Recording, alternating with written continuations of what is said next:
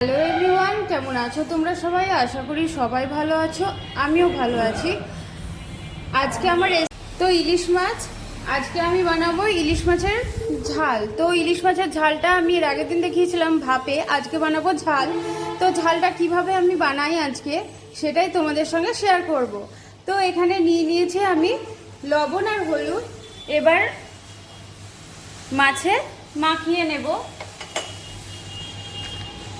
তো মাখিয়ে নিই আমি মাছটা। তো এখানে আমি মাছটা ভালো করে মাখিয়ে নিয়েছি। এইবার আমি কড়াইতে দিয়ে দিয়েছি সর্ষের তেল। তেলটা আমার গরমও হয়ে গেছে। এইবারে আমি কড়াইতে দিয়ে দেবো ফোড়ন।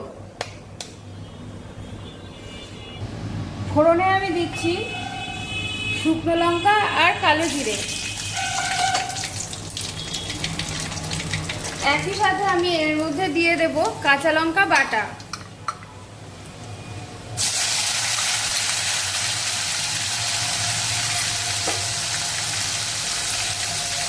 দিয়ে দিচ্ছি পরিমাণ মতন লবণ আর হলুদ।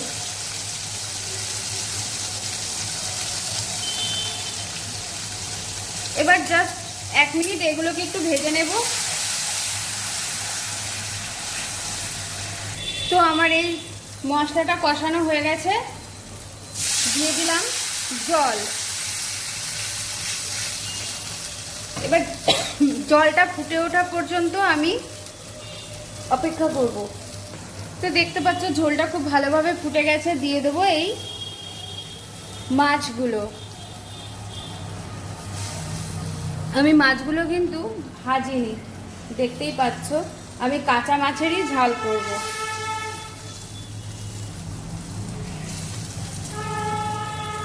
মাছগুলো আমি 15 মিনিটের জন্য রেখে দেবো সেদ্ধ হওয়ার জন্য। তো মাছটা প্রথমে সেদ্ধ হয়ে যাক।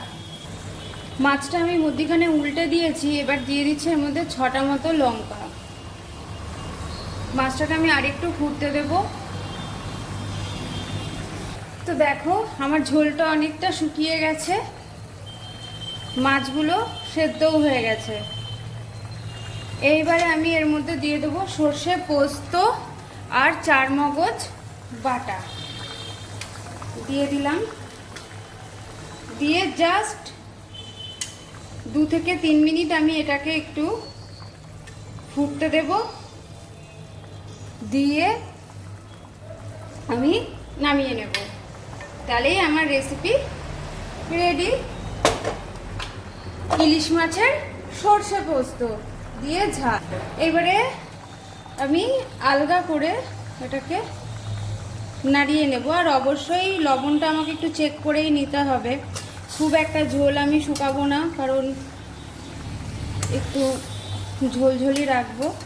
একদম ড্রাই আমি মাছটা করব না। তো এটা 2 মিনিট ফুটে নিক। এইবারে আমি দিয়ে দেবো এর মধ্যে একটু সর্ষের তেল, কাঁচা সর্ষের তেল দিয়ে দিলাম। এবার গ্যাসটাকে অফ করে দিলাম। আমি মাছটাকে নামিয়ে নিয়ে মাছটা দেখাচ্ছি। তো বন্ধুরা, এই যে আমার ইলিশ মাছের ঝাল, সর্ষে পোস্ত 4 মগজ। আর একটা জিনিসের কথা আমি বলতে ভুলে গিয়েছিলাম, সেটা হচ্ছে আমি 4 থেকে 6খানা এর মধ্যে কাজু বাদাম বাটাও দিয়েছি। তো কাঁচা ইলিশ মাছের সর্ষে পোস্ত দিয়ে ঝাল, তোমাদের রেসিপিটা কেমন লাগলো অবশ্যই আমাকে কমেন্টে জানাবে। যারা ফেসবুক থেকে দেখবে তারা আমার পেজটাকে ফলো করে দিও, পাশে থাকা আর যারা ইউটিউব থেকে দেখবে তারা আমার চ্যানেলটাকে সাবস্ক্রাইব করে দিও, পাশে থাকা বেল আইকনটা প্রেস করে দিও। আর অবশ্যই কে কোথা থেকে আমার ভিডিওগুলো দেখছো অবশ্যই আমাকে কমেন্টে জানাতে কিন্তু ভুলো না। আর আমার রেসিপিগুলো তোমাদের কীরকম লাগে সেগুলোও আমাকে কমেন্ট করো প্লিজ। সবাই ভালো থেকো, সুস্থ থেকো। তো আজকের মতন টাটা, দেখা হবে নেক্সট দিন নেক্সট রেসিপি নিয়ে।